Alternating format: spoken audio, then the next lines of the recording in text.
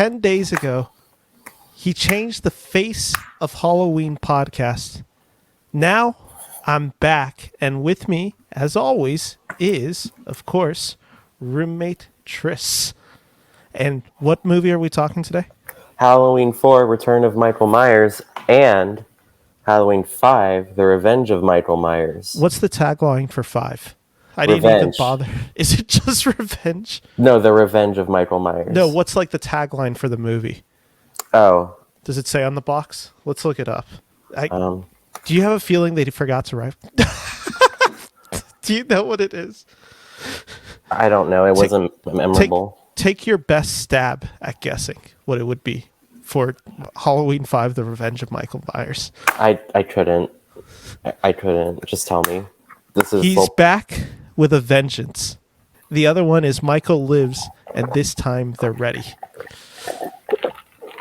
This is truly inspiring podcasting we're about to have here. We have one movie that is a movie and another movie that is something else. And we're going to talk about both of them. And in reality, we're probably going to talk one movie way more than we're going to talk the other movie. Although I know one movie angers you quite a bit. Well, it's my least favorite Halloween movie. Can we talk about the fact that apparently, for some reason, they don't shoot in the original house in Halloween 5? For those who don't know what I'm referencing, the house that Michael Myers grew up in is now Victorian. And a castle, basically. It's great. It is a great movie. I think it's because... So, Halloween, the original, was shot in Pasadena? That sounds right. I think it's Pasadena. Somewhere in LA, not the Midwest. For Halloween 4 and 5, it was shot in the Midwest. You can Google where. I think it is like somewhere like, it's not Illinois, but it's somewhere actually like pretty close to there from my understanding. My best stabbing guess is Ohio. But anyway. That sounds right. They just went with what they had there in Ohio. They didn't go to LA. And can I say, for one of the movies, I actually think it's a benefit. And then for the other movie, it really falls apart because you're like, what is absolutely going on? And why is this not the house that we know? And a lot of other continuity issues. But let's just start with, I think, the natural beginning, which is the fourth movie, Halloween 4, The Return of Michael Myers. Of course, Halloween is at a very interesting point in its history when it comes out. You know, Halloween 4, I believe, is this 1988? Yep. Is that correct? 10 years after the original. Oh, yeah, that's right. 10 years after the original. That's what you were referencing. I know what I was referencing, and I still didn't even realize the math actually added up perfectly. It's 10 years after Halloween. Yeah. We are a few years now removed from the just straight up disaster of Halloween 3. Even if you like that film was a disaster for the studio. Michael Myers is not in it. Basically, the series was dead. The series was bona fide, like, if you don't have Michael Myers, no one will show up for this movie. Yeah. That was what the studio learned really quickly. So guess what they did? We need to bring this film, I should say, back. And we're going to do that by doing the one thing that we know is a certified hit, and that's making Halloween with Michael Myers again. So in 1988, the film comes out, and it does have the return of Michael Myers. This is a film that outside of basically Loomis, every actor is completely new to the series. The film stars features performances from Tom Morga and George P. Wilbur. They play Michael Myers. It features Bo Starr as Sheriff Ben Meeker. It has Ellie Cornell as Rachel, who's the teenager. It has Danielle Harris as probably like the third most important character in the Halloween lexicon, as Jamie Lloyd. Yeah. And then it has Michael Pataki, mispronounced that last name, I do apologize, as Dr. Hoffman, who's not in the film that much. But for those who did not know what the film is, 10 years later, Michael Myers comes back and he finds out that Jamie Lloyd is the daughter of oh my gosh, why am I blanking on Jamie Lee Curtis's name? 4 is, for like I said, Jamie Lloyd is the Daughter. of Laurie Strode. Yes. Who Laurie Strode, somewhere between 3 and 4, or I guess technically 2 and 4, as the chronology goes, dies. She dies in a car accident. That is what how the story goes. Yes, so she dies in a car accident, and now Jamie Lloyd is a foster kid who lives with Rachel and her family. Rachel's the teenage girl in this movie. And then, of course, Michael Myers finds out, he escapes, and he does what Michael Myers does best, chases after the family. Yes.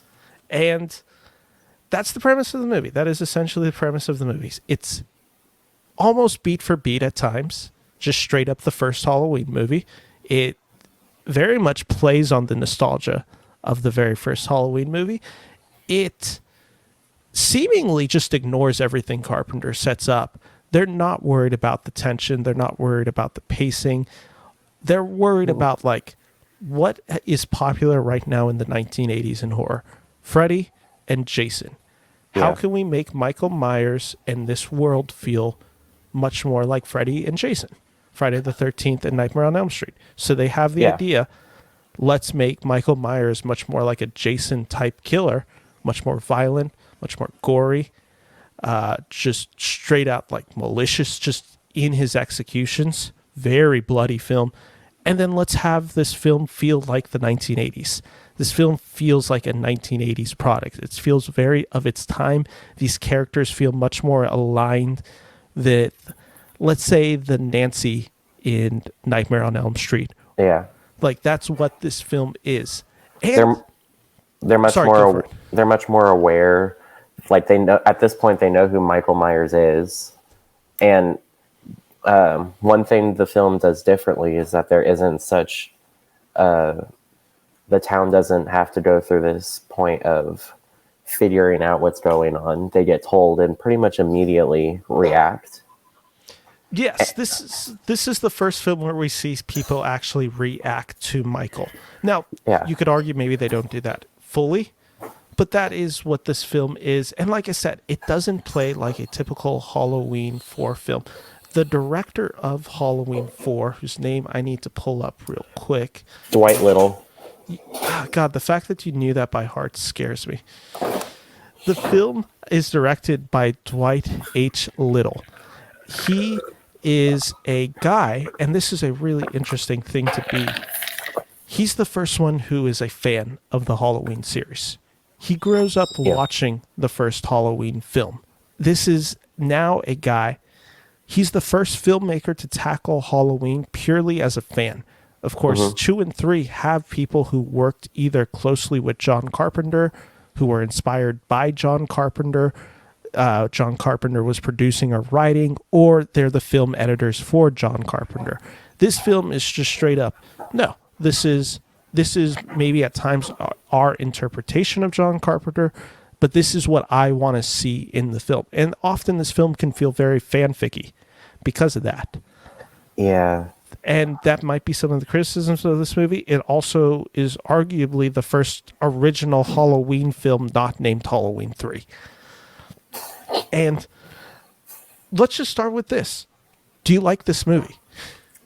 Well, growing up, this was probably my favorite Halloween movie. And I think it's because of the fact I feel like the characters are more relatable and fleshed out in this than in the original. And that might be because I grew up on those 80s slasher movies like A Nightmare on Elm Street or Friday the 13th. So I just kind of felt right at home with Halloween 4. This movie is a product of the 1980s in a lot of good ways, I actually think. I think this movie effectively captures the spirit of the 1980s horror. It is weird, obviously, because the 1980s horror is obviously inspired by the granddad of it all, Halloween. So it's somehow both inspired by, obviously, Carpenter's vision, but more specifically the 1980s horror of Nightmare Friday the 13th, which are also yet still inspired by John Carpenter. So it's this kind of weird circle that the film falls into. And this film, I think the best thing about this film is there's an actual attempt at making a story. Mm-hmm. This, and you can say the story is successful or the story is not successful in scenes. That is completely based on however you view film. But it is also impossible to just not say that this film doesn't take ambitious turns. This film does more than just try to make Michael Myers and Laurie Strode connected. This film tries to explain what the heck Michael Myers is. And that's probably where the main contention with this film is. Is Michael Myers better as just this killer who just seemingly can't be stopped? Or is he better as this kind of form of a demonic monster that literally can't be killed, and even when he is killed, the essence and evil of Michael Myers can't be destroyed? Are we talking about 4 and 5, or just 4 right now? I am still talking about 4, but a lot of the ideas of 4 carry over to 5. Yeah. And I guess let's talk about Halloween 5 right now, which is Halloween 5, The Revenge of Michael Myers. Yeah. God. This film... It makes choices. Can you... Do I have to? Can you describe it? Can you just read the back cover? Because I don't even know if I can describe it like off the top of my head. Because hell would not have him, Michael Myers survived the mine explosion thought to have killed him. 1 year later, his traumatized young niece, Jamie, is horrified to discover she has a telepathic bond with her evil uncle, and that Uncle Michael is on his way back to Haddonfield. But Dr. Loomis has a new plan to destroy the boogeyman in his childhood home using Jamie as bait. Tonight, the carnage begins again. Michael Myers is back with a vengeance. Can I just tell you right away, you spoiled the best scene of the movie. You told me to read the back. I know, and I didn't realize that the one good scene in the movie was spoiled on the back, which is just simply the line, "Hell would not have him." That's the best scene in Halloween 5. It's the best written piece of dialogue, and it's the only thing that matters. Well, I will say, I do enjoy Donald Pleasance and all of he's these non-John Carpenter and these non-John Carpenter Halloween movies. I think he's the saving grace for them. If you're going to watch these movies at all, watch them for Donald Pleasance. And I agree. He's the best. He's one of the best aspects of this film. Halloween 5 is an absolute mess. This is, if you wanted to say that Halloween 3 confused the mythology, Halloween 5 just straight up like burns it down, doesn't play to anything, and is just straight up made up. This isn't even fan fiction. This is just straight up whatever we think of is going to be on the screen. It's essentially, there's no ideas, there's no real thoughts placed into this movie. This Halloween 5 is made on a script that's not finished, a director who's never directed a film really before. They throw it in. They have to make this movie. It comes out less than a year after Halloween 4 to capitalize on the ending of Halloween 4, the success of Michael Myers. And it just completely, it doesn't even like not understand the Michael Myers, the Halloween story. It also just fails to understand the basic fundamental storytelling of modern day stories. Does the director not has the director not directed film before? I'm not familiar with this director. I know he's French. Can you tell me his name? Dominique Afenin Gerard. Okay, good pronunciation. He, before this movie, and if I'm correct, he has directed a movie called After Darkness, which is a Swiss horror film, and a movie called something in French that I will not try pronouncing. So, in essence, not really. This is clearly his biggest film, and it's also probably, it's his biggest film. It's the only big film he has in his career. Gotcha. This movie's a mess. This movie's an absolute mess. And to summarize why Halloween 5 is garbage, you just have to look no further than the What is he? Is he called the Man in Black? Yes. It's called The Man Who in Black. does he just so happen to have the biggest killing scene in the movie? More than Michael, yeah. Yeah. At the police station. Yes. Yes. So the biggest issue with Halloween 5, and I know I've complained about the fact that this series can just turn into a slasher film, that it has no care for how Michael kills people. The issue of this movie is just straight up Michael is not killing people in this movie. There's like 5 Nah. scenes where it's just like, oh, someone's about to die, and they don't die. And Michael, they're all annoying and deserve to die. yeah, there's no death in this movie for the most part until the very end when people actually start dying. And of course, Michael Myers doesn't kill them. It's a movie where literally the biggest, like one of the biggest body counts that you've had in the Halloween series happens from some guy known as the Man in Black that we don't even get explained until Halloween 6, The Curse of Michael Myers. Side note, have you seen Halloween 6 yet? No, I have not watched it yet. Oh. Am I in for a treat? Well, for He one... comes back, right? Yeah. And the same actor? No. Oh, they actually get an actor this time? Yeah. In both versions of the film, he's back. The theatrical version is way more confusing about who he is. I mean, it's still the same character, but like the motivations are confusing. In the producer's cut, it's a very cohesive, like it's a more cohesive film. Yeah. So. Just straight up Halloween 5 and 6. This is where we really start going into the. Can you name the religion for this movie again? So I can Thorn. never know. Thorn, and then what's the god? Oh, Sodar, Seder, something like that. Well, they pronounce it Samhain. Samhain. Thank you. Which is not how it's actually pronounced. No, which is funny because that's how they say it in the movies. Yeah, Samhain is like. He's the big overarching, like, if you wanted to go the mystic villain of this movie, he is the mystic villain that somehow seems to be possessing control. We have the religion of Thorn that comes up in Halloween 6. I'm not particularly excited for that discussion to happen, though I have a feeling it might be one of the better discussions we've had because of just how wacky that movie is. It's, I've seen parts of it. I haven't seen it. I've never seen it one sitting to another, but I've seen parts of the movie. Oh boy. Can we go back to Halloween 4? I was so much happier there. Let's focus back on a Halloween 4. Let's talk about the very opening of this film, which is arguably actually pretty good. This is where you're in this film and you're like, oh, okay, something actually interesting is happening. And I'll lay out all my my cards on the table. This is clearly far and beyond the best Halloween movie before H2O. Like, just straight up. Yeah. You could even argue it might be better than H2O. You could argue it's better than the David Gordon Green's Rob Zombie versions. You could argue this is the second best Halloween film, and I have a feeling a lot of people would agree with you. But at the very least, Halloween 1 through 6, if Halloween 1 is the best movie, Halloween 4 feels like it has to be the natural second best movie.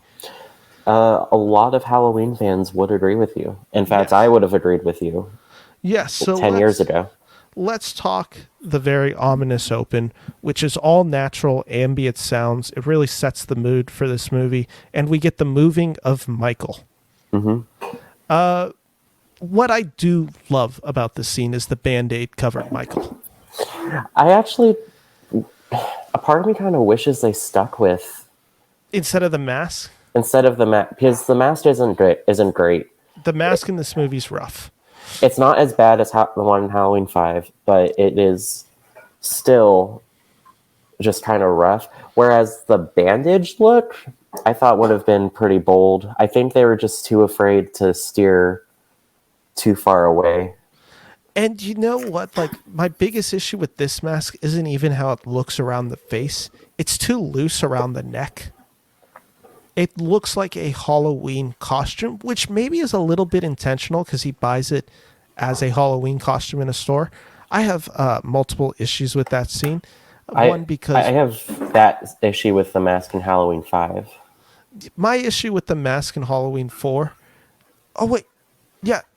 It is Halloween 4 where he buys the mask the same day Jamie gets her clown outfit, right? Like Well, they're in the same store. I wouldn't say he buys it, Not buys but it. He gets. Can you imagine Michael going up to the clerk?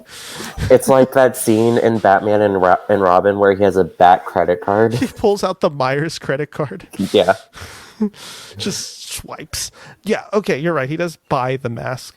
This is like. I get the idea that it's supposed to be, well, it's looser because it's obviously not a tailor-made mask for him.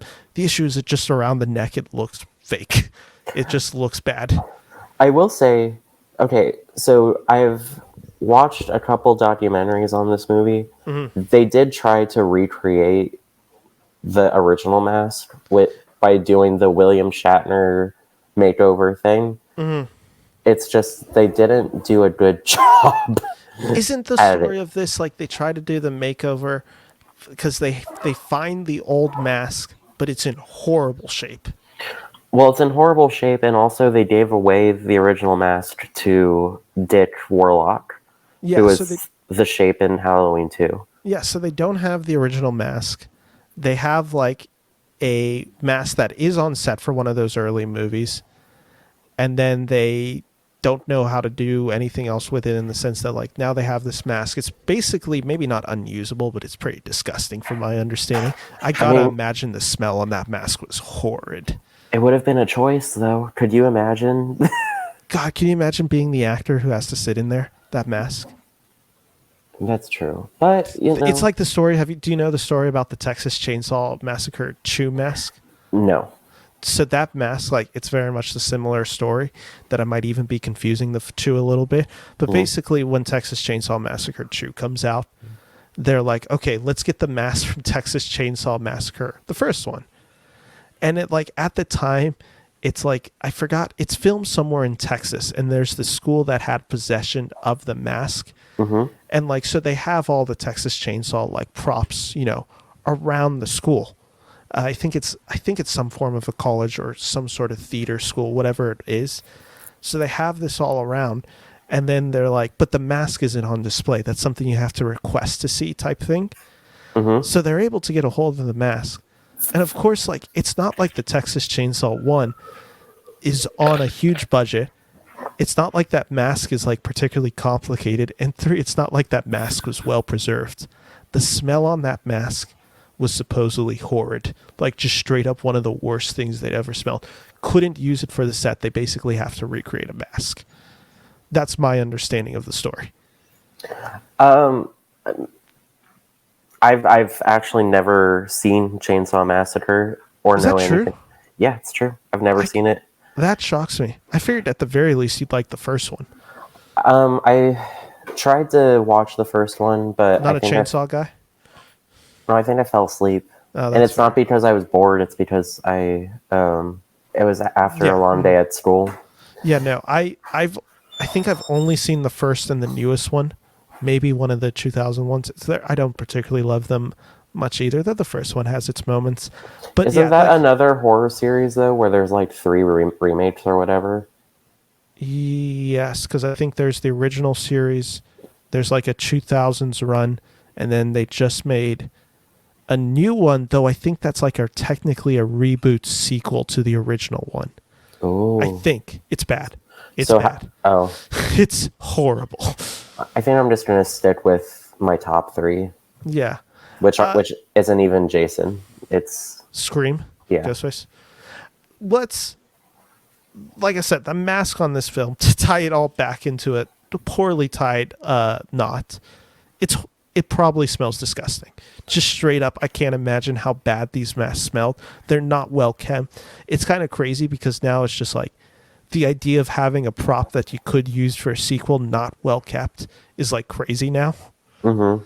But yeah, this mask is apparently in disgusting shape. They use the mask. They make a new mask. It doesn't quite work, though. It's also just straight up not the worst mask in the series. It's arguably still probably top half mask in the series. I liked the mask from Halloween 6, and I liked the mask from Halloween Resurrection.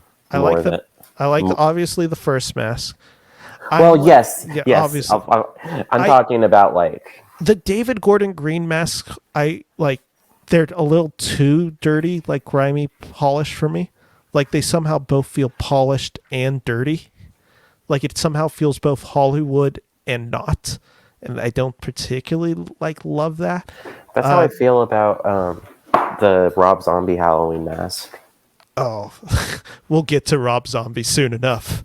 Well, that's just already, just everyone, Tris, you too, but all the listeners, just set aside 5 hours for the Rob Zombie Halloween movies. Great. That's longer. That's longer than the actual runtime of the both of those movies. I think they're both like 90 minutes, and we're about to do 5 to 6 hours easy. God, I have so many thoughts on those movies. I can't wait. But let's get back to Halloween 4. This mask smells disgusting. We have a mask that just like doesn't work fully. Can I say also the biggest issue I have with the mask in this movie, and it's not actually something about the mask, it's how the mask is used in this movie. What store in Haddonfield is selling the Michael Myers mask? It's a choice. It's a huge choice. It's a bold choice. That's the issue that I have often. Like in Halloween 5 in particular, when those... it's Halloween 5 where he has like... No, it's also in Halloween 4 where the teenagers just have Michael Myers costumes. Right? It's horrible. Yeah, that's awful. It's so bad. It's like if you were running around, not to be topical, but if you had like Jeffrey Dahmer or John Wayne Gacy costumes. Yeah, but also just straight up if you had the Jeffrey Dahmer mask in the town that Jeffrey Dahmer was killing. Uh-huh. Like trick-or-treating in the same neighborhood. Right. Like, that's what that is. It's like the weirdest thing ever. And I'm like, why couldn't he just steal the mask? But that's arguably the issue when I watch this movie. That's where I'm just like, what the hell is this? Like, that's so dumb. The other thing I do not like about this movie, and this one's such a nitpick, and I have a feeling you're going to disagree. I hate the facial scarring on Dr. Loomis in this movie. I think it looks so cheesy. Well, okay, so there's a story with that. Yeah, go for the story. So half the time you'll see it looks kind of like an egg yolk, and that was the original version of it before that FX guy got fired, and then they made it look a little better. But also their explanation for, or I should say their lack of explanation for Loomis surviving the explosion is comical. Yeah. It's like that, just like a little burn and on his hand it's yeah, it's pretty bad. Like to me, this obviously the fact that both of them are alive is kind of an inherent issue with the story, but once you accept that, you accept it. But also, I'm glad both of them are here. You need both of them here because it's probably the last great like Loomis movie where he's still a good actor in the other two movies.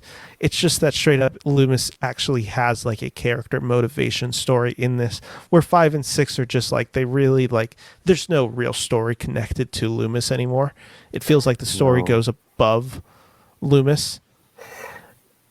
Yeah, in 5 specifically. He's just there to kind of yell at this girl. Yeah. Well, I don't know why Loomis doesn't even need to be in 6. I'm just glad he's there. Yeah, and I mean, even in 5, you could argue he's not like the biggest presence. I mean, he's there to just yell at Jamie. Yeah, poor Jamie.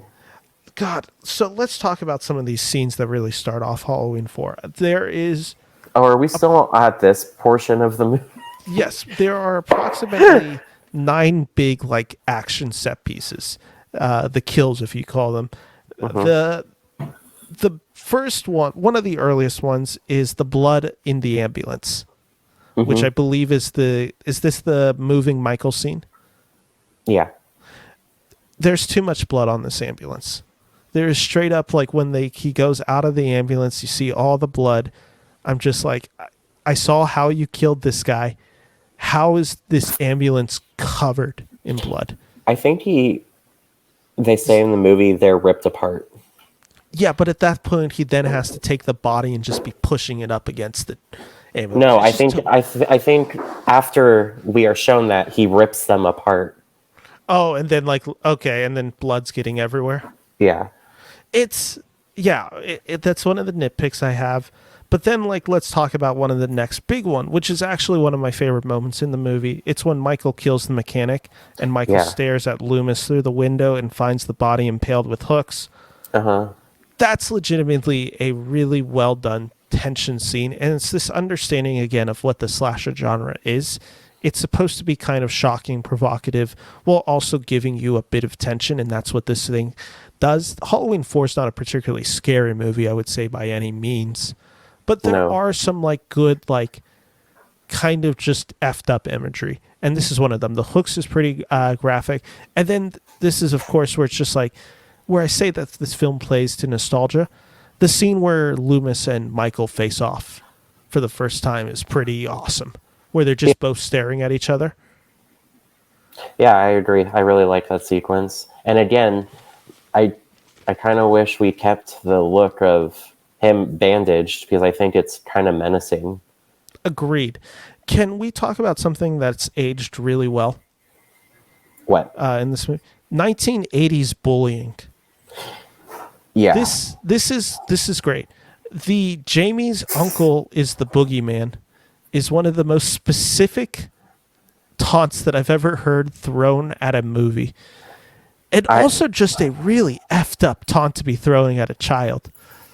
and then also just chanting about the halls. Jamie's an orphan. Over and over and over again. Forgot that was legit a line that they taunted at her. I didn't realize you were being sarcastic. I thought you were being serious. No, I love 1980s bullying. Yeah. This is the type of bullying we need more of in movies. Now it's just like too dark and like really grim, and it's just like it gets so effed up. This is like the perfect amount of like cruelness, but still like you can watch the movie and not hate everything you're watching and feel like a sinking like pit in your stomach about humanity and the generation below us. This is like, oh, these kids are like stupid punks. One thing that hasn't aged well though is because I have this right next to that note. No one can buy a Halloween costume day of Halloween. Just an Well, issue with this movie. I don't know. It was 1988. We were not. We were born 10 years after that. Do you still think in any realistic? I feel like Halloween's more popular than before we are born than post us being born. I don't know. I feel like we are trying to nitpick so hard now. I am, but just a legitimate question for you. I Have you ever bought a Halloween costume day of? I have, but also it Has wasn't. it been a good Halloween costume? Yes, but What also was the costume? I was Willy Wonka and I was kind of demented and I like. What about it? I have gone to Spirit you beat me. I've gone you- to Spirit Halloween, Day of Halloween, and I have pulled together a costume. Yes. What are the customers that go into a Spirit Halloween day of Halloween? Manic Manic. Karens who waited till the last minute like I did. How's the line in there day of? Awful. Packed. But yeah, but in defense in defense of this movie, they go to a gas station. They go to a gas station for this Halloween costume. You don't just do that at your local 7-Eleven during Halloween time? I can say about the AM PM down the street, I have not been here during Halloween before, but there have not been Halloween costumes there. Okay. Can you confirm, and we'll move on from the Halloween costumes, can you confirm or deny that the sizes ran either too big or too small? Or did you find the perfect size for you? I did not find the perfect size for me. Yeah, exactly. Just to make my point. But when you're a kid, it's easier. It is easier because you can use push pins. I have I have an Elvis costume from when I was in 5th grade that I can still fit into today. It was huge on me. It was like held up together like by pins and all that to like make it tight on me. Gotcha. But yeah, and of course we bought it like the week before Halloween. Proving my point. What I do like though, the clown homage is really good. Yeah. Clown homage is like legitimately really good, and I guess it's just time to get on this. Did you see the twist coming? I mean, I knew the movie. Oh, That's the issue. when you first watched the movie The eons first ago. time I watched this movie was Screen Junkies did this thing right before the first Halloween movie came out called All the Halloween Movies Recapped. And it like it went through every movie. That's why I know a lot of the general outlines of these movies. I've seen like That's good so chunks of them. upsetting, though. But yeah, so I know that twist because I'd seen that because honestly at the time all I cared about was the first Halloween movie. I wanted to see the first Halloween movie, and then I'm like I don't really have interest in revisiting or watching the sequels, so I'll just watch this video on YouTube to just explain it. Hmm. So that's how I watched. That's how I found out the plot of Halloween 4. But I will also admit, when watching this movie, we're in like the final 4 minutes of the movie, like literally the final 4 minutes before the DVD ends, and I'm just like, she hasn't killed anyone yet. Is this an extended scene, or is this an extended scene that ends up being cut, but it's on like everyone knows it, and then they end up just putting it at the beginning of Halloween 5? Like this scene's like not happening, and then it like happens in the last minute and it just ends the movie, and I'm like, oh okay, there it is. But like the whole time I'm just like, are we not doing this? Is Jamie not going evil? Can I just say, on Jamie's part, what makes this movie work so well, and it's the also the only real huge redeeming part of Halloween 5, is the actress of Danielle Harris is Hmm. legitimately a really good child actress in this movie. Yes, she is. And also, did you notice in Rob Zombie's Halloween, she's Annie? Yes, I did know that she comes back for the zombie. She, She's she's legit so good. good. Yeah. She kind of is asked to do the impossible in this film, Hmm. and in specifically in 5 and 6, Like, and if she does it. She does it well.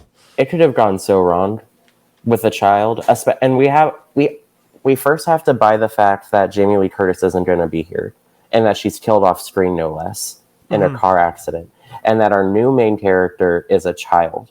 If that child actor was anyone else or horrible, I don't think this movie would have worked. And you need to buy some of the stupider scenes in this movie, which Danielle Harris actually somehow delivers. Like Hmm. the idea of her touching hands with Michael Myers Hmm. is a pretty dumb script point, but it Hmm. actually works pretty emotionally well in that scene because of what Danielle Harris is doing. It's an oddly good performance from a child actor.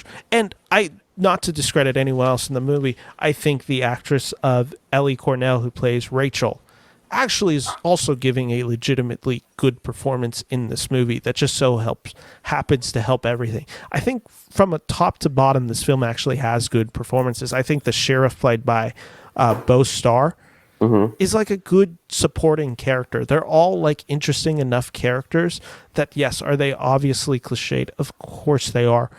But they're doing enough in the film to keep you engaged, and they're not actively bad, or in the case of Halloween 3, actively so weird that you don't know what's going on. They're Right. playing like, I mean, the sheriff is just the straight man, where Dr. Loomis is then allowed to be the crazy psychiatrist, like, we need to bury this guy in the ground. And the Yes. teenagers are the teenagers, like, and they're not as annoying as Annie and Linda are in the original. Yeah, agreed. Like, there's like, I actually think what they do so well with Rachel in this film is the relationship between Hmm. Rachel and Jamie is legit. Like, it's a Yeah. legit family relationship. It's they have the emotional moments where Rachel kind of is like, I don't want to take care of her tonight on Halloween, and it hurts Jamie's feelings. And they have the scene in the bedroom where they're talking. It's these moments where you're like, okay, I actually care about this relationship enough to be invested in these two kind of coming out of this on the other side. And I think Yeah. it's due largely to those two actresses who are kind of able to just make the most out of characters that aren't really given a lot to do, especially Rachel. Rachel really shouldn't be anything more than a Jamie Lee Curtis prototype. But she's like her own character, The which character is feels pretty like different. She's a lot and more. nuanced. She feels more teenagery. She's Hmm. like My whole thing with Laurie was I thought Laurie always felt a little bit older in Yeah. that first Halloween. Sorry, Rachel feels very teenage. She feels like very natural. She has this, obviously the fact of giving them this relationship adds a different component to the Halloween franchise that we haven't seen before. Like I said, I like what they do in this thing. There's other stuff in this movie that I'm not a huge fan of. Do you remember the scene specifically? It's the Yes, I Michael do. Myers kind of just flashing on screen. His appearances, like he just kind of pops in and out, and they're really edited fast. It's kind of Yeah. like almost like a jump scare. Hmm. This is like, to me, horrible. I think it's almost too confusing to follow. Are you talking about like in the beginning? Yeah, it's really early on in the film, probably Yeah. around the same time he gets the mask. It might be specifically that scene where he gets the mask. It's like really hard to follow if Jamie's having psychological visions of him or if he's actually there, and it turns out he's actually there at one point. And it's, I know, I get what you mean, and I think it's because this movie shouldn't work, and and the fact that it does at all is a miracle because this script was written by 4 people. It's written by 4 people, and this is also a screenplay that, if I'm correct, is famously written. I think they have 12 days to write it before filming. I think so. I think it's something like they either lost the writer or they lost the director. They hire this guy, and they're like, we're filming in 12 days. And they're like, we'll write it. And also, a lot had to be cut, I believe.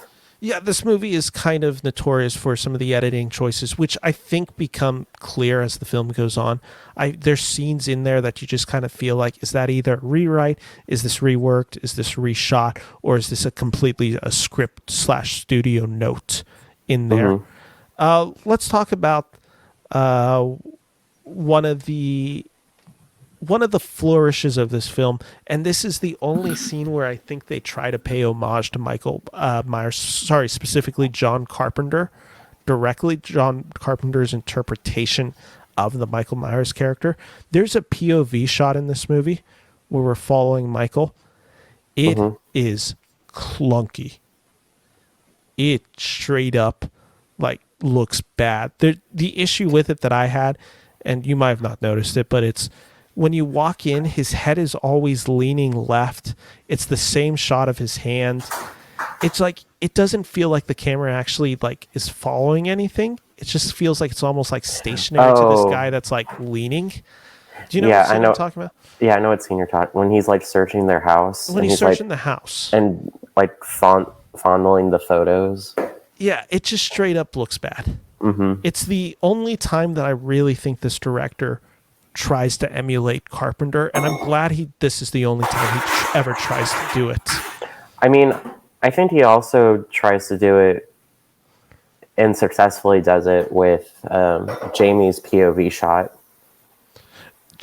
Okay, that's a really good counterpoint, because that is the one scene in the movie where they really do also copy Carpenter, and it really feels like it. You're right. That is a very good counter argument. Like I said, I just don't like this POV shot. For the most part, the first half of the film can feel clunky at times for me. Yeah. And then it's the second half that really kicks in. Sorry, go for it. I think once he throws the guy into the, I don't know what it's called. When he throws the guy into the electrical volts and the power goes out, that's when the movie is. Can I tell you my next note? What? Michael throwing a guy looks dumb. It looks staged. It's again this thing where this is where the mythology of Michael Myers starts to get really confusing, because he just kind of throws him with like such ease. Where you're just like, I mean, the guy's clearly on probably some form of a wire to get thrown that way. It just looks so airy to me, where it feels like almost gravityless, lack of gravity when he gets thrown. It's a magical experience, Ben. It's a magical experience where you were taken away. You had your breath taken away. Yeah. Yeah, this is the issue. And then I was shocked. There we go. There we go. This is the difference of seeing a movie when you're 10 versus seeing a movie when you're 25. Listen, I do have nostalgia goggles for this movie. I can't help it. Yeah, like I said, that is the ultimate. Like, I would not have an issue because when I would have seen this at 10, I would have been like, "That's really cool." And Michael Myers just threw a guy like really far, like a football. This is, like I said, I've complained about this. This is my last huge complaint about this movie. The teenagers wearing a Halloween night mask on the night of Halloween, and then like harassing the cops. Yeah, they would have. That's not good. They would have one either been killed, or they just wouldn't be stupid enough to do that. Like, just straight up, that's a really stupid thing. But I could see teenagers being that disrespectful. I could see them being that disrespectful. The exact second this cop starts getting panicky and starts pulling out the gun. Is it Halloween 5 that has the line where he's like, one of the cops is like, "You're so lucky we're bad at our jobs." Yeah, that's Halloween 5. Great scene. One of the better scenes in the movie. I hate Halloween 5. That is one of the funniest jokes in the movie. Can we talk about, though, my favorite aspect of the movie that is not Danielle Harris, that is not the character of Rachel, that is not Loomis, that is not Myers? What? Do you know what I'm about to say? Is it the Apocalypse guy? Which one's the Apocalypse guy? Because it's the guy who picks up Loomis off the side of the road. No, not him. Not him. Good character. Good. That's a good 6-man award, but not him. There is a group of characters that the mob. The mob. They're so good in this movie. Earl or the whatever. Drunks. The barflies. The barflies in this movie kind of make the movie for me. This is like the most ridiculous, funny thing I've ever seen. And this is like the one moment that I can point to where I'm like, do they kind of like... I think the complaint someone take it is Halloween's become too self-serious with the lore. They don't understand like the movies they're making. And then this is the scene where I'm like, no, they understand. Like, this is a really obviously supposed to be funny scene. Like, these barflies who just are like, they all just start loading up on their guns to go and track down Michael Myers. Triggered by that red hat. Dude, the explanation that they give that sends them out to go searching for Michael Myers is like a top 5 explanation to go out with your guns and start chasing Michael Myers. And I wrote it down verbatim. A phone never just rings at a police station. Amazing. Amazing piece of dialogue. Amazing comedic moment. But can we talk about that Michael fucking took out an entire police station? Can we talk about that happens off screen? Yes. Can we... It drove me crazy. I rewinded the scene because I'm like, oh, did I just like accidentally look down on my phone for a minute and just miss Michael going on a ballistic tear? No, I just missed. They just were like, no, which probably budget restraints would be my guess. They probably couldn't afford that. See, or tension, maybe building. No. Definitely budget restraints. That was 100% budgetary restraints. You don't have a scene of Michael not killing in a police station and decide to cut that. Okay, but Loomis sending the barflies out because they no longer have a police force. The fact that they're deputized, like, I know they're not actually deputized in this movie, but the fact that they're like assisting them the whole scenario is like amazing to me. These guys are so good. Don't they just like randomly shoot somebody? Yeah, they accidentally shoot one of the stupid teenagers. You know, I liked this mob way more than the mob in Halloween Kills. It's so funny because that's exactly obviously where your head goes when you watch this scene after watching Halloween Kills. Yeah. This is, like I said, to me, this is so obviously comedic in tone. I think Halloween Kills is the argument where it's actually trying to be too self-serious. And I think it's trying to make, maybe not necessarily a political statement, but it's trying to make a societal statement. It's making a statement.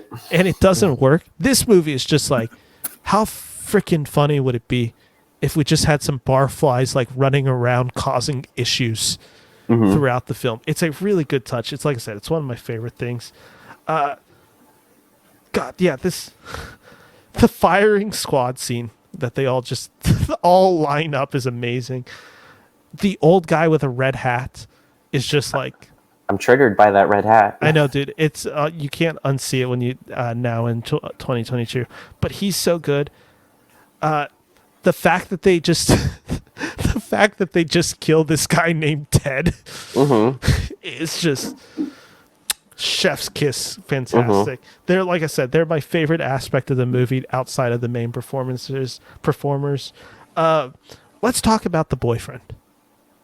Yeah. Let's talk about this dick. Oh, Brady. Brady, played by Sasha Jensen. He is also, for those who don't exactly remember it, because all these teenage characters can really easily blend together, he is the one that cheats on the teenager Rachel with the cop's daughter. And for, like, not a good reason. What's his reasoning again? Because she had to babysit her little sister, and he was left to be by himself, even though he clearly has friends at the beginning of the movie on Halloween. God, that's right. That is the... Can we talk about... Because this is arguably the worst part of the movie. Like, just straight up, like, this guy is not giving a particularly good performance. Now, true, he's only on screen for like 5 minutes, so he doesn't have to give a particularly good performance. I think he's fine. I feel like compared to the teenage actors in Halloween 5, he is like... Oh, well, that's another level of bad. I don't think... Okay, when you're talking Sasha to Jensen, me... yeah, okay. When you're talking to me, I have all this retrospect with Halloween. So with Halloween 4, I'm always like, okay, Halloween 4, it's not Halloween 5, it's not Halloween 6, and it's not Halloween Resurrection. Therefore, it is perfection. Here's what I will say. Sasha Jensen does not pull me out of this movie. No. I don't think he's like that bad to pull me out of the movie. I don't think he's particularly doing anything special. He gets hired for the looks, let's be honest. He looks like the 1980s heartthrob. I think when he's they can't pretty. afford 1980s heartthrobs. I think he's very pretty. That's all I'm going to say. I will just say, though, the worst character in this movie, and I hate to say it, is the sheriff's daughter. It's the sheriff's daughter, Kelly. She is like the ultimate, just like... Again, this is where I feel like the film is supposed to be comedic, because there's no way you put her in a shirt that says... Cops do it by the books. There's no way you put her in that shirt without realizing how funny that shirt is. That's not just... That's a self-aware shirt. I think this movie is so perfection, cringy. Ben. I think it is too, man. Like I said, this is cringy. This whole relationship between them is cringy. The fact that it comes back in 5, where Loomis throws it at the sheriff in an argument, where he's like, "Oh, do you not remember what happened the last Halloween?" I'm like, to your own daughter.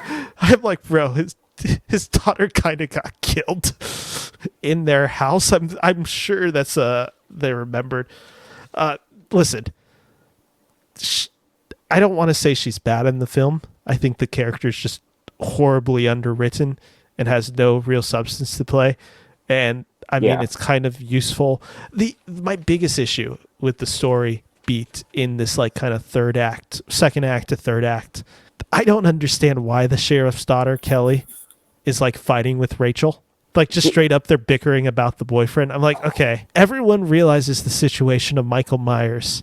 Yeah. Like, one, why is Rachel engaging? And just two, why is this daughter, like, why is Kelly doing this right now? Like, come on. To diffuse the tension? I don't know. I'm not a screenwriter, Ben, so I will not. I know you're not. But, like, that... I won't pretend to be able to analyze perfection. Can I fully admit to you right now, just straight up, we had a debate on the first episode of the Halloween series where how do you fight Michael? Yeah, do you change your mind now? I was wrong. Yeah, you were wrong. I told my mom and she laughed. The fortifying of the house is a great idea until it's not a great idea. And they literally do that in this movie. Here's the only defense I have. If you fortify a house, you can't just have people leaving the house willy-nilly. the fact that they fortify this house and then like literally 3 people exit the house is like the definition of, okay, the house is no longer fortified. Uh-huh. I couldn't believe what was happening when they like fortify the house, when they got everything up. They're like guarding it. They have all the cops everywhere. They have everyone positioned with their weapons. And then like one of the cops like leaves out of the front door. I'm like, what are we doing here? It's dumb. You don't. Yeah, it's dumb. But I will say the next beat that happens in it, the dead cop illuminated by a candlelight, is legit scary. That is a legit jump scare, and it is legit terrifying, and it is a good tension moment. And then she gets stabbed with the shotgun. Like, but it's such a good kill. Her death is brutal. Her death is absolutely brutal. We then have Michael in the house. You don't wait for Brady. You just don't wait for Brady. No. I will admit that Brady punching Michael is great. That's just like I've no one ever thought of it before Brady. Before Brady, no one thought about just taking a slug at Michael. I like how even though he's getting his face crushed, he still spits in his face. Brady has such a good death. He has such a nerve to him. He's so disrespectful to killers these days. That's the problem with youths in the 1980s. They don't respect authority. This is kind of, if you think about it, this is a very Reagan movie. This is very pro-parents. Well, the heroes of the movie are these barflies wearing red hats. I know. This is a true America movie. Yeah. This is a conservative dream. This isn't filmed in hippie LA. This is filmed in real America, Ohio, pretending to be Illinois. The best part of this movie is that it's conservative nature. Can I tell you, this is the Fox News wet dream. They're like a bunch of barflies can just grab their guns, put on their hats, and go killing. And they can accidentally kill someone's kid. But totally it's okay because totally they get Michael Myers at the end. Yeah. This is the wet dream. This is their dream. This is what they've all been I mean, until they die at the end. But they kind of start getting killed. But even then, they get the body in the ground. Until they don't get the body in the ground. The cops do. Yes. Well, it's God, we're gonna get to the ending because there's some really funny moments in this. Like I said, the young girl's a good actress. She's carrying the emotion, crying over her sister being basically grabbed by Michael Myers. Legit a horrifying scene. Danielle Harris is pulling it off very well. She's conveying the emotion. I don't like that Michael travels to the school too quickly. Again, that's a nitpick. You need him to get there. There is one moment where I'm watching it, and I've become really self-aware because of how many trailers I watch. There is one moment where Loomis and Michael stare at each other, where Michael comes up from behind and grabs Loomis in the school. That's a trailer moment. I'm like, that's the end cut for the trailer. But that's also, do you notice the mask in that moment? No, point it out. What's going on here? So, because the explanation is stupid, but if you watch that scene back, his mask is pink and his hair is blonde. Oh, that's right. This is the continuity error, right?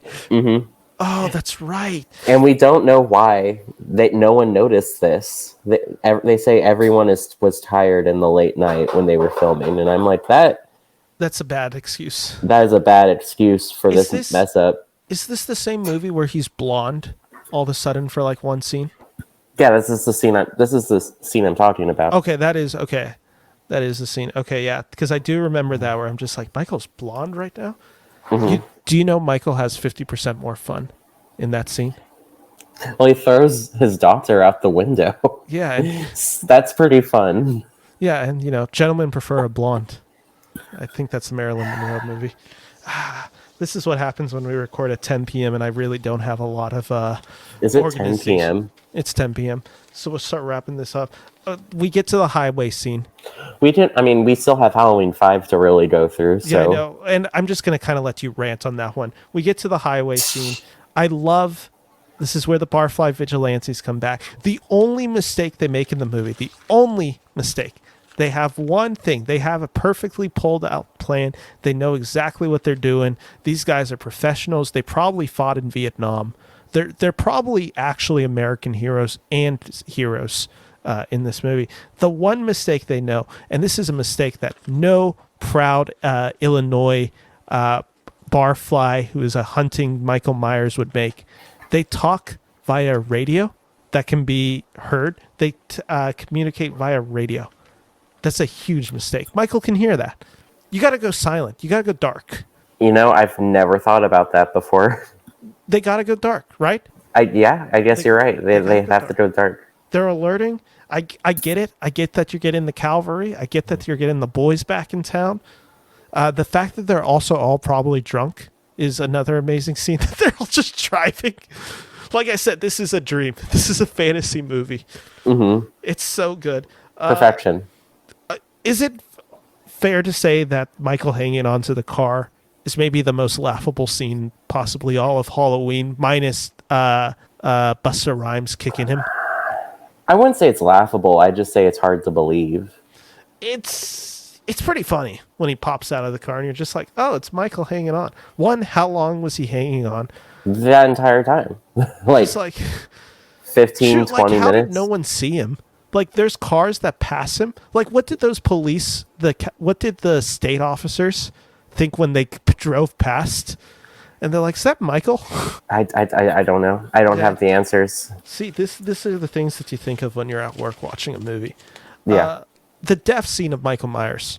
This is one of the best scenes in the movie. I like that he's literally descending. Like, it looks like he's descending back into hell. But, of course, we all know, famously, that hell would not have him. Hell would not have him.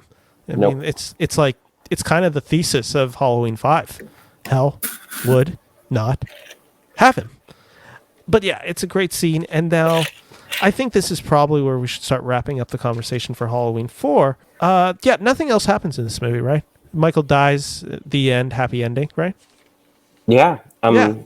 Jamie's mom runs her a bath. Yeah, and the movie ends, right? Right. That's how my VHS tape went. Is there anything that happens that like final 20 seconds I missed? Halloween 5 would like you to think that. Let's talk about the big scene. Maybe the most. Here's what I was trying to think. I was trying to think of how to equate this for the Halloween lore. I was like, and this is what it is. I obviously I had to compare this to Star Wars, right? Are you talking like I Am Your Father? I was thinking that, but then the issue is you'd probably argue that's Jamie and Michael being revealed as brother and sister. Yeah. I think this reveal is better than that reveal, but you'd have to argue that's probably the more consequential of this. This feels like seeing Baby Yoda for the first time, because the Baby Yoda actually feels fresh. It feels original. It doesn't like you don't see it coming.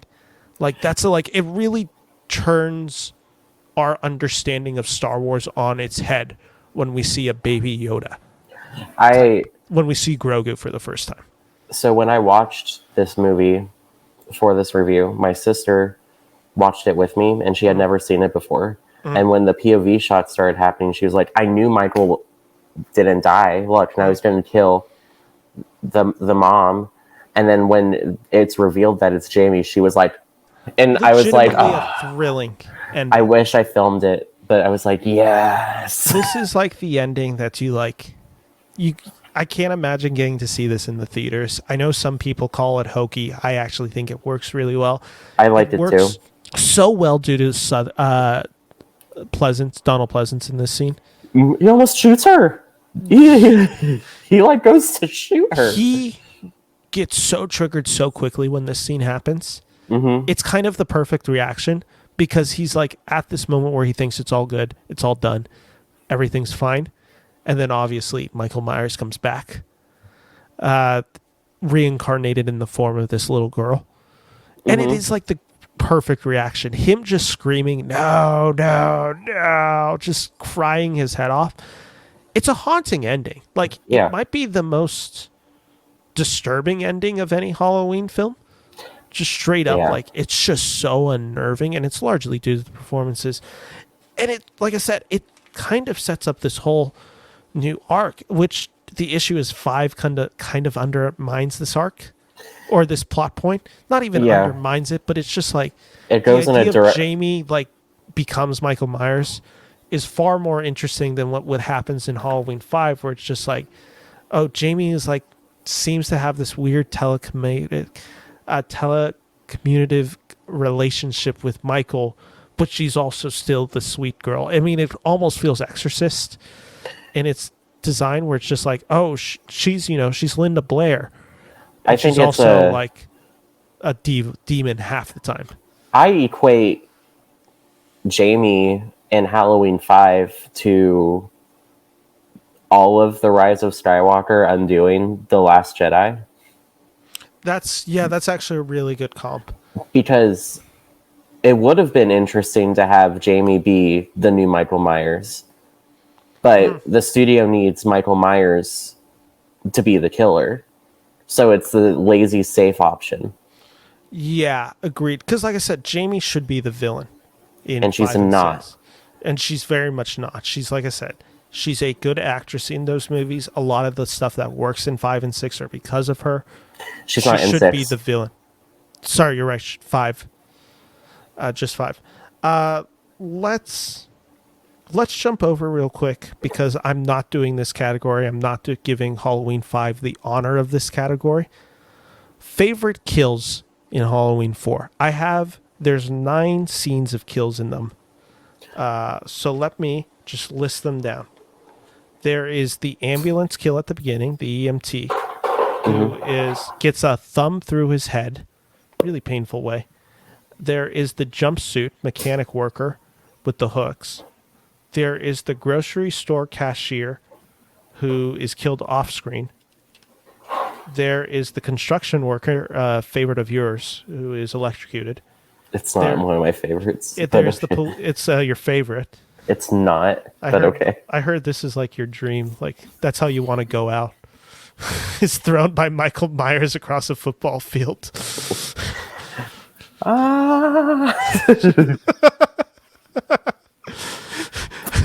This is great. Does he make the field goal? Oh, he hit the goal. When you're being electrocuted, this is just like my favorite kill in Halloween 4. This is the return of Michael Myers. Directed by Dwight H. Little.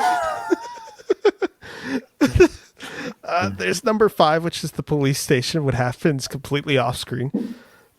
You know me, I love when stuff happens off screen. I'm a big fan of stuff not happening on screen. I like when something's implied. Number 6 is, it's kind of they're in the same scene, though they're different technically deaths. It's the deputy and Kelly impaled by the shotgun. Number 7 is Brady, who's strangled / broken neck. Number 8 is the driver, who gets his face ripped off. That is like just straight up, like, that might be the nastiest kill of the 1980s. Like, for these types of movies, obviously, like Hellraiser, I'm sure there's like nastier ones in those movies. There are nastier ones in like Friday the 13th. Is there? This one's a pretty, like, I mean, he gets his face ripped off. Also, and then obviously the last one's the finale.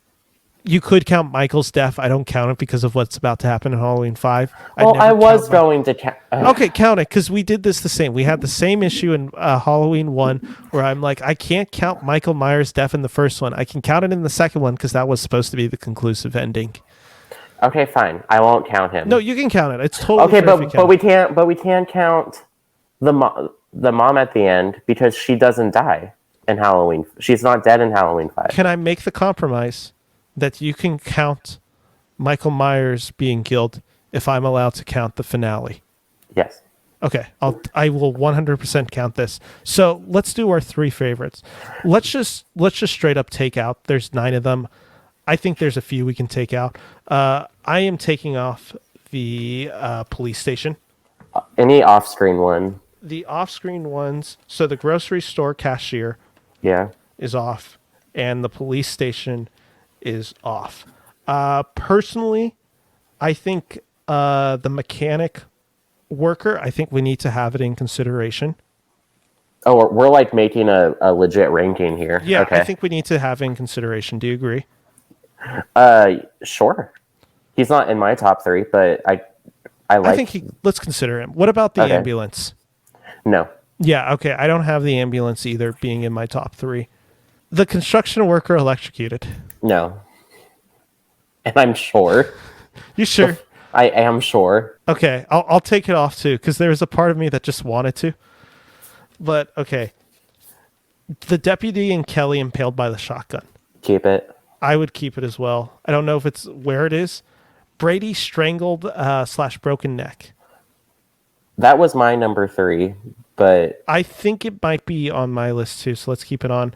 The driver face ripped off. Bless you. Bless you. it's not one of my favorites. I think it's just not my style of kill.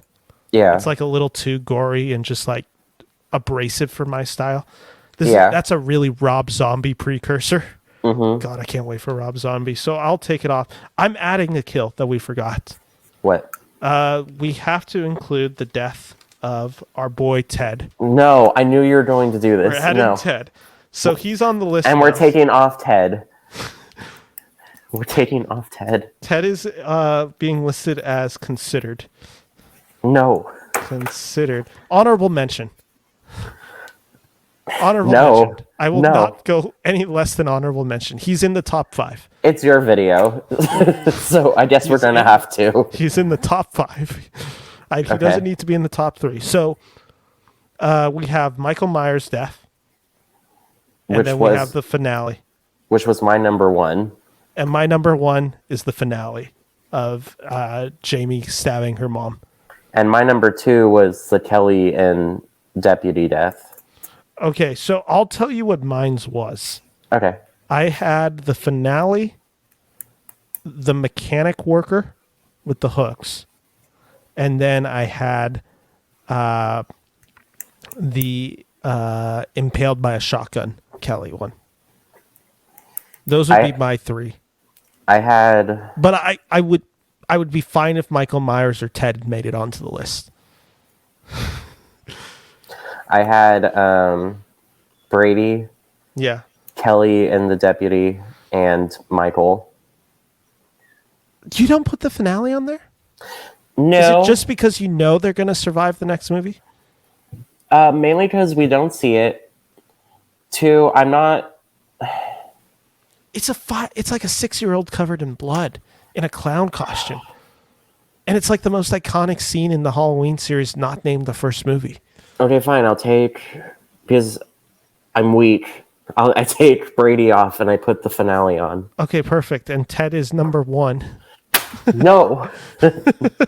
Okay, then yeah, I am totally fine compromising and putting the finale first, but then I'll give you Michael Myers' death second.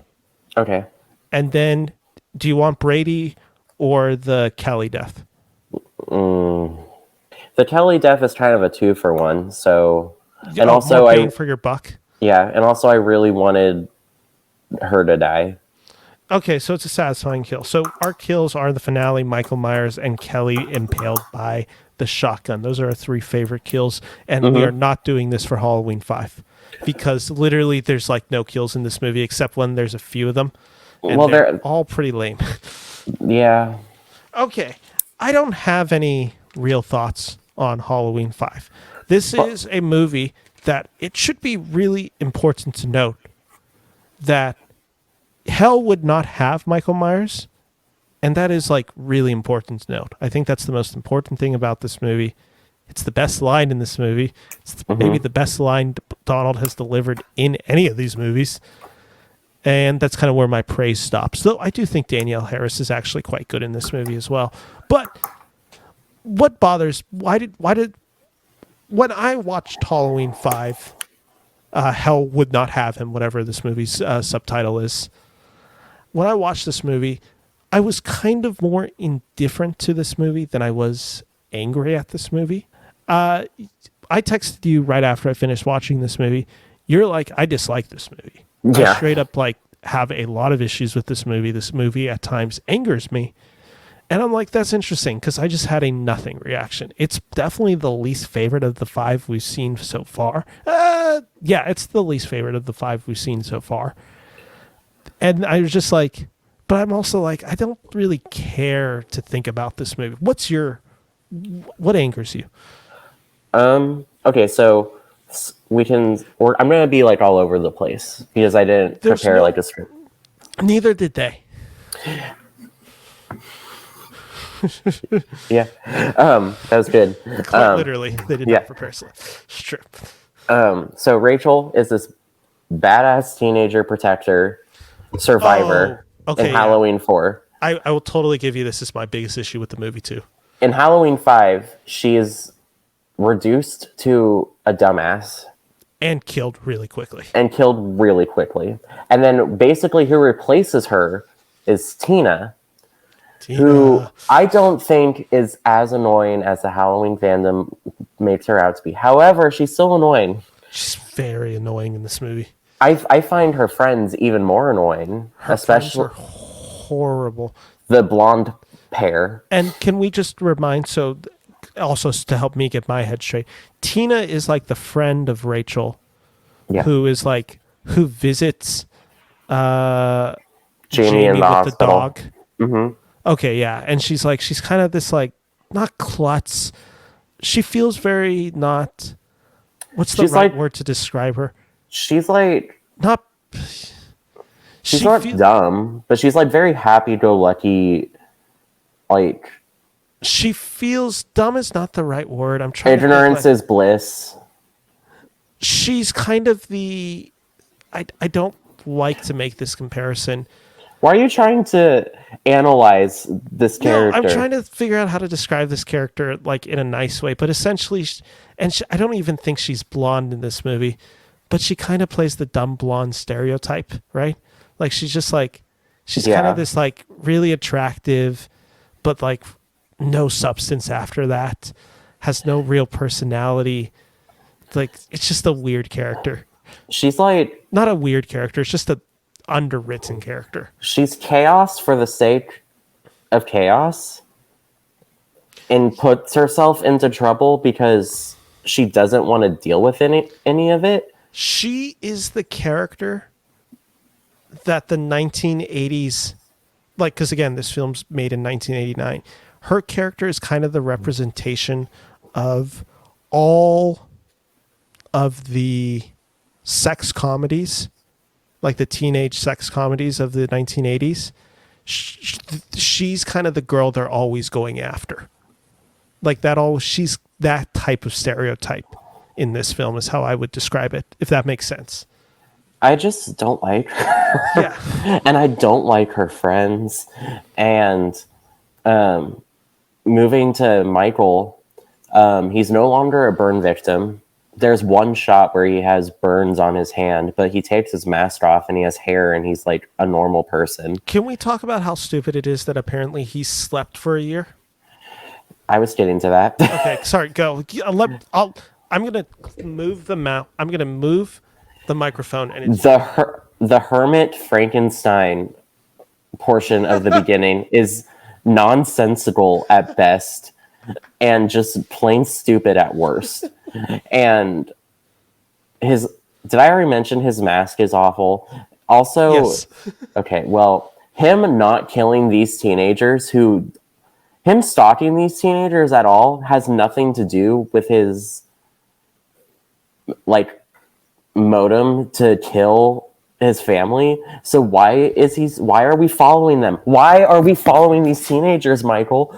The movie, I don't care. I don't care about any of these people. The plot of this movie doesn't start until we're 2/3 of the way in, and we are in the crapshoot, not Michael Myers house, and Jamie is being used as bait. Where I will give this movie some credit. The scene where Jamie is in the laundry chute, that is actually a horrifying scene. I will give you that. But everything else in this movie is awful, including the cop-out end where the man in black comes out of nowhere and delivers the highest kill count of the movie. I literally think It's the second highest kill count in the Halloween series outside of Halloween Kills. No, because Michael already took out an entire police station in the last movie. So he took it. So the Man in Black took out an entire police station of rookies.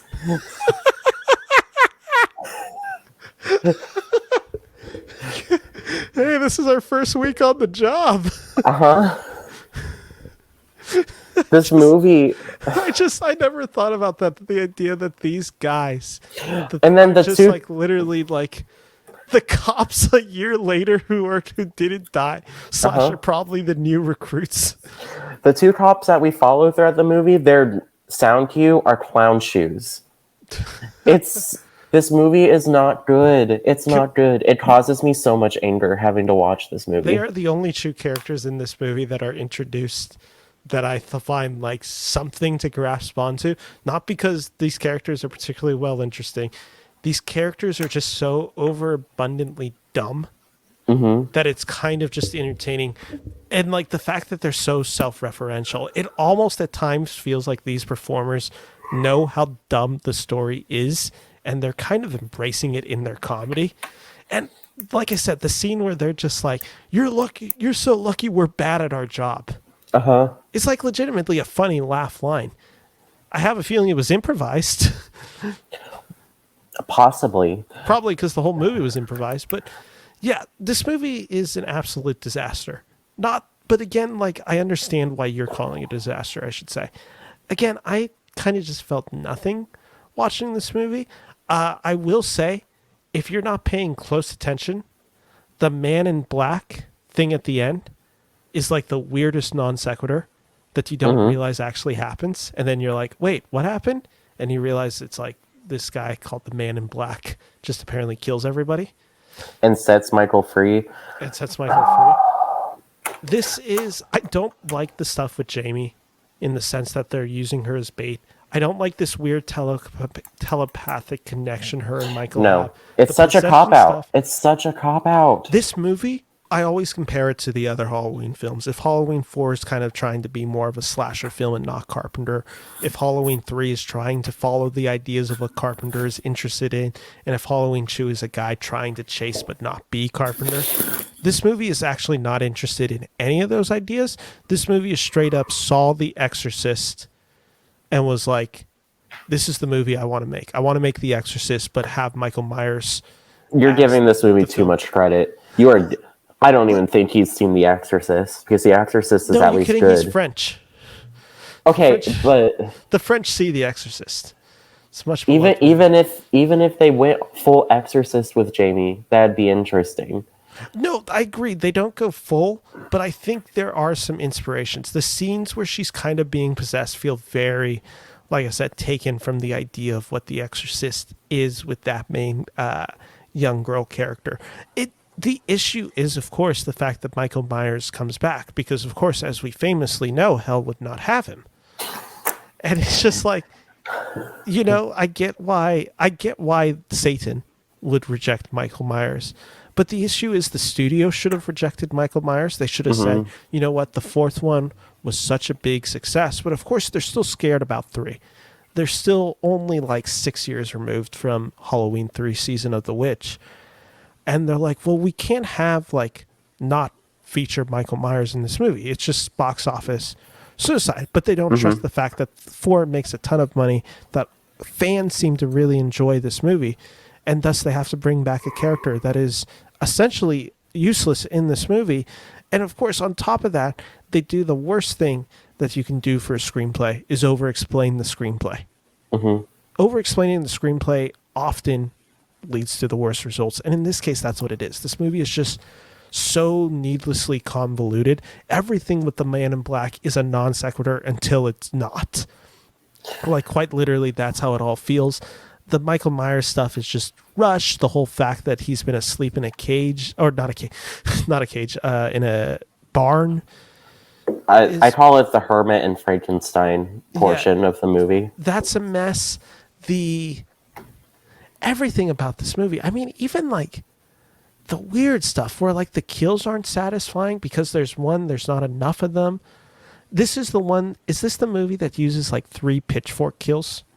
He uses a pitchfork for one kill, Because he and then impales the guy having sex with the girl, right? but then he uses a scythe to kill, That's right. It's a scythe. which I want more of Michael using a scythe because that's a cool Isn't is visual. this the movie where basically one of the kills is just straight up ripped out of Halloween, or not Halloween, sorry, Friday the 13th Part 3? Isn't the scythe scene like one of the ones just straight out of Friday the 13th? I mean, him killing one of them while they're having sex is a Friday the 13th callback. Yeah, I mean, Because that was a famous Friday the 13th. is that Part 3? Part 2. Part 2. It might also be Part 3. It's been a while, but Yeah. it's definitely Part 2. Okay. Like I said, there's just a lot of things that never tie together in any form that is meaningful. And it's just like, it makes for a film that, again, I don't think is like, I can't, it's awful, but I don't care that it's awful.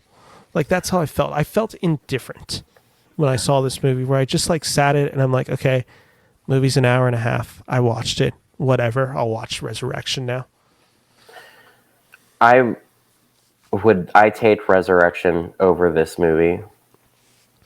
Let that sink in. That I take Busta Rhymes. Oh, sorry, not Resurrection. Sorry, I meant that the next film is Curse of Michael Myers. But yes, Resurrection is also a mess. Oh. But I mean, Curse of Michael Myers, like when you go from 5 to 6, as I'm doing, you're just like, okay, at least 6 is like so batshit crazy. Question. Are you gonna do theatrical first or producer's cut first? I own theatrical, but I think the iTunes version that I own has the both versions on the copy. Okay. I don't know what to recommend. How I did it was the theatrical first, and then the producers, and then I liked the producers, and then I liked the theatrical. And basically, this movie, Halloween 6, is a mess of a movie either way. So, good luck with it. I'll be texting you while you watch it. I'll watch it this weekend, I promise. I'm at a loss now of what to say about Halloween 5, because again, I just was so indifferent to watching this movie that I almost think I was zoning out. Is there anything else that we should feel like there is a need to mention? I will admit this movie has a lot of nudity. A pretty shocking amount of nudity actually in this movie. I'm pretty numb to that because there's so much more nudity in Friday the 13th. And we're not even at the Rob Zombie era. Yeah. Like I said, I hate the Rachel death, which we've already talked about. I love the opening sequence with the pumpkin. You know what? There is one scene that is both dumb and also kind of good. It's the Loomis finally getting to confront Michael.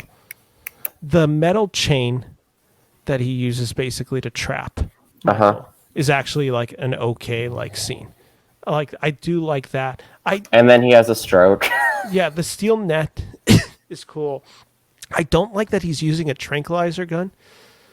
It's again just straight up, why are you not blowing this guy up? Here's my biggest issue with Loomis as a character. He needs to upgrade from a revolver to a shotgun. He always fights Michael so close range, and he needs to just cause maximum damage to Michael. And I understand the idea of getting a tranquilizer gun as well, maybe because of course we do know famously, hell would not happen. So of course he can't be killed, but maybe you could put him in a long sleep. So maybe I get the idea of the tranquilizer gun. The issue is he also just needs to straight up be blowing up Loomis. Yeah, I agree with that. Yeah. Besides that, let me see. I went on my rant. I can't think of anything else. The officer stuff is great, and the film just ends with, and I'll just read the Wikipedia. Jamie discovers Michael's cell empty and the back door of the police station broken open, causing her to break down in tears and realize Michael is free again to terrorize Haddonfield. This film is an absolute just nothing for me. It's a non sequitur in every way. It doesn't get me excited. I zoned out while watching this film, in complete honesty, which is pretty rare for me to just fully zone out on a movie, especially when I know I have to talk about it on a podcast, which is why I'm like, I don't want to do a full hour on Halloween 5 because I have nothing of value or interest to say. I say let's wrap it up then. Let's wrap it up here. Thank you, roommate Tris, for joining me. I feel like we don't need a great debate question because we did the whole ranking of the Halloween kills in 4. So I think that's a really good starting. Oh, you look like you have something? I don't even think I have a... Yeah, I have nothing. I'm exhausted. Let's end this here. Thank you guys all for listening to this little bit quieter, low energy episode. You have 3 Blu-rays up. Oh, it's just 4, 5, and 6. Oh, okay. Thank you for checking out this episode of Halloween 4, The Return of Michael Myers, and Halloween 5, The Revenge of Michael Myers. Of course, we should just mention, for all those who did not understand it, hell would not have him. Like, it's really important for you guys to understand it. It's the thesis of the movie. But thank you all for listening to this episode. We'll be back in a few days to talk Halloween 6, The Curse of Michael Myers. And we'll also get to lust over Paul Rudd, which is going to be fun. So thank you for joining me, roommate Tris. Mm-hmm. Thank you guys for listening. If you like this, make sure to like and subscribe. My name is Ben Friedman here from the Beniverse. Take care. Bye-bye.